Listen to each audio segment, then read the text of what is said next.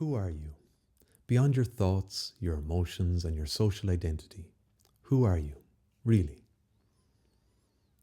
This type of inquiry, self-enquiry, is at the heart of both yoga and psychoanalysis. But how does inquiring in this way benefit us? What importance does it have for us? In this video, we'll be looking at how these two traditions go about the practice of inquiring into the nature of the self, how they differ, how they overlap, and then how we can use this information as a means to guide our own personal practice. I don't see yoga as a singular tradition. It draws from the philosophical schools of Samkhya, Advaita Vedanta, as well as from Tantra.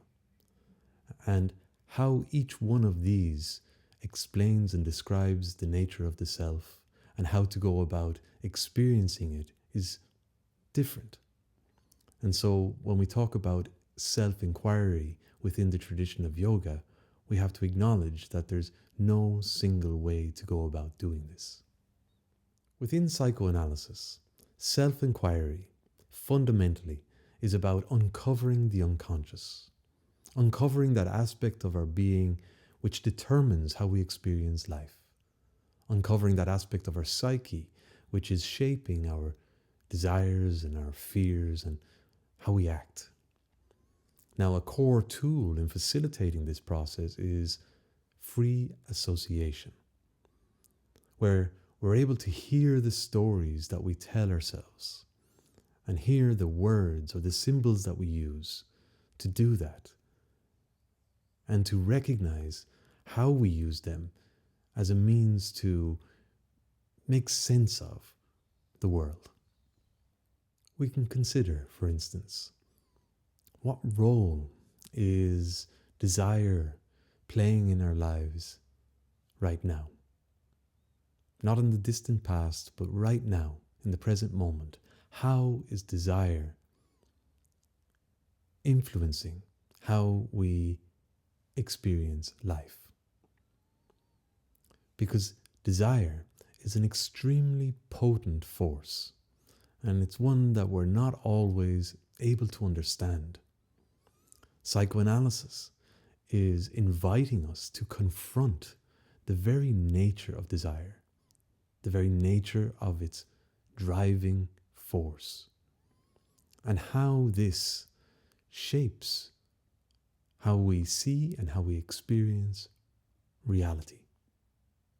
Psychoanalysis reminds us, however, that not everything can be captured by words or by symbols, that there's quite frequently an aspect of what we're experiencing which remains beyond words, where we're not able to always interpret every aspect of our being. Now, this in psychoanalysis is referred to as the real. But interestingly for us, this parallels to what is shared within yoga. And we'll look at that now.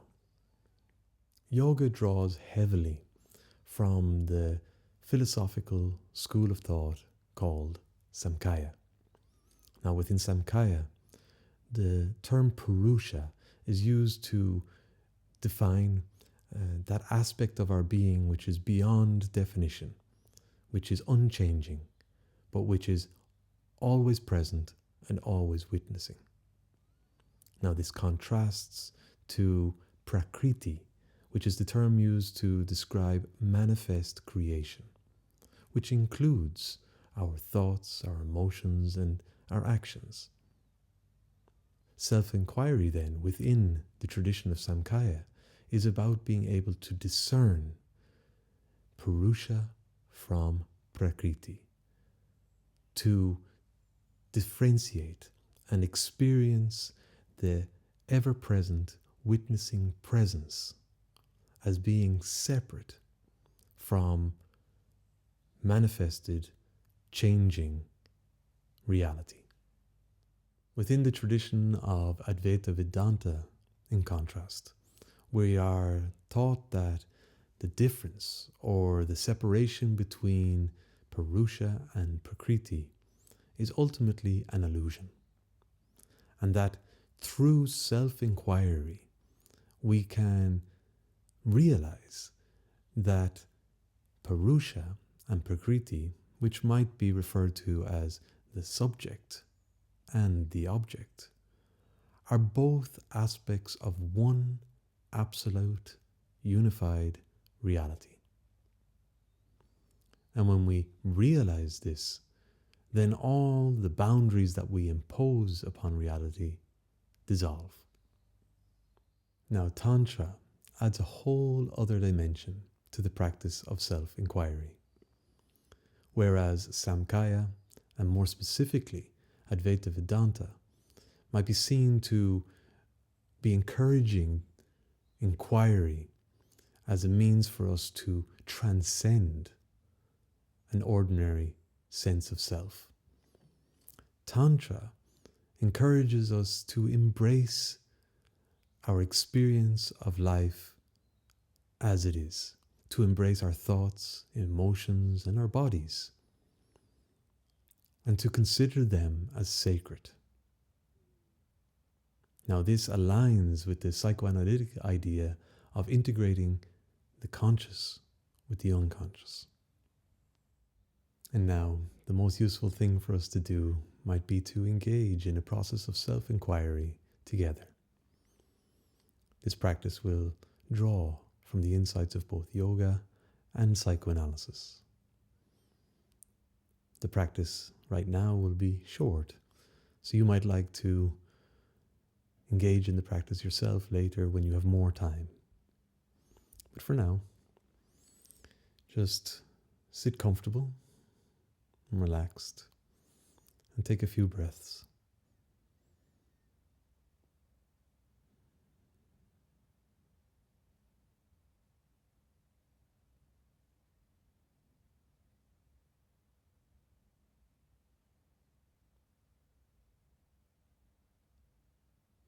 And ask yourself, what desire might be shaping your actions now? What are you seeking, either consciously or unconsciously?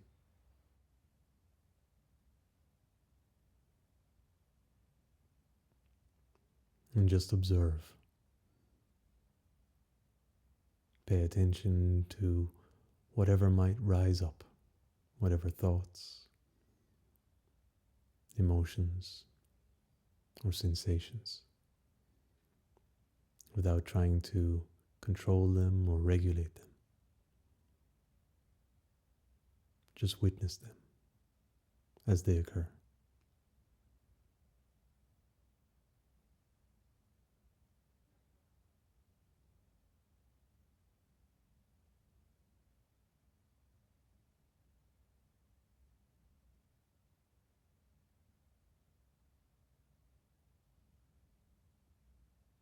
And now, with the intention of expanding our perspective,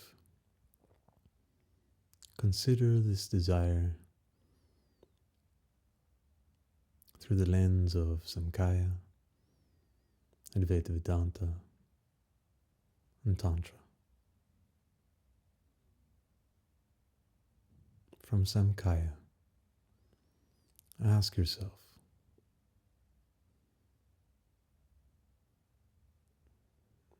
is the desire arising from the Purusha, the unchanging self, or from Prakriti, the changing world?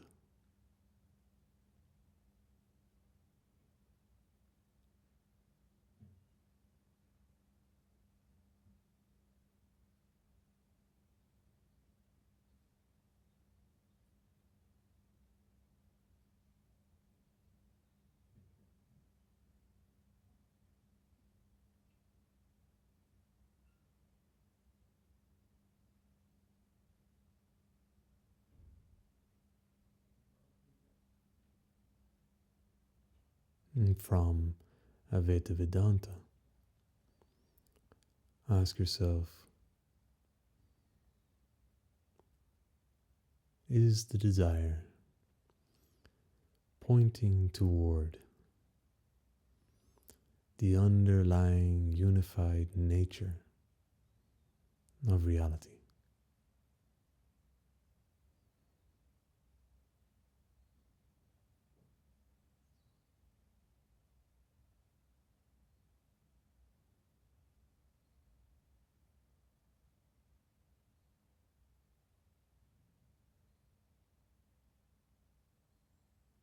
And from Tantra,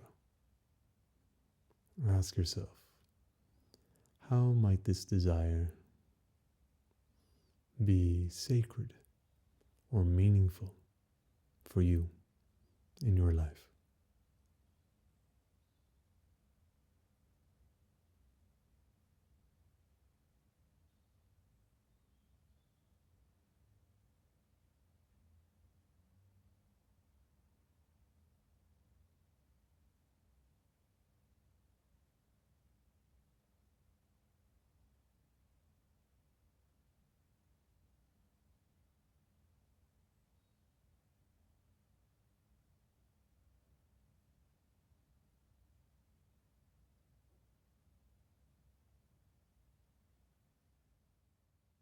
Self-enquiry in both yoga and psychoanalysis invites us to go beyond our ordinary surface level understandings. Both disciplines challenge us to look at our desires, our identities, our sense of who we are, and how we engage in life with fresh eyes. Psychoanalysis asks us to confront the unconscious, while yoga guides us in experiencing our innermost level of being. Both disciplines together give us a means to experience integration and wholeness. Whether it's the unconscious in psychoanalysis or Prakriti within yoga, the goal of self-enquiry is not to reject these aspects of who we are, but rather that we might understand them, become more familiar with them, and more importantly, integrate them. The goal of self-enquiry is not for us to find some solution, to pin down some answers, the right answers.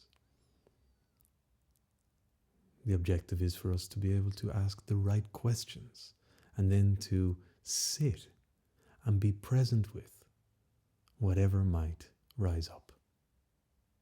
Self-enquiry is a powerful practice that can transform how we see ourselves and how we engage in life. By drawing on the insights of both yoga and psychoanalysis, we open ourselves up to experiencing deeper understanding, insight, and connection.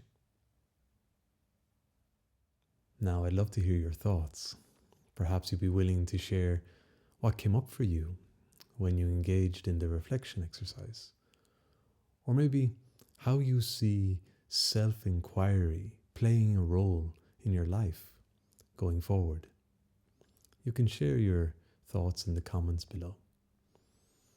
And if you liked this material, if you found this video useful, please do like and share and subscribe to the channel. It helps me to be able to continue providing content. Wish you the best. Take care.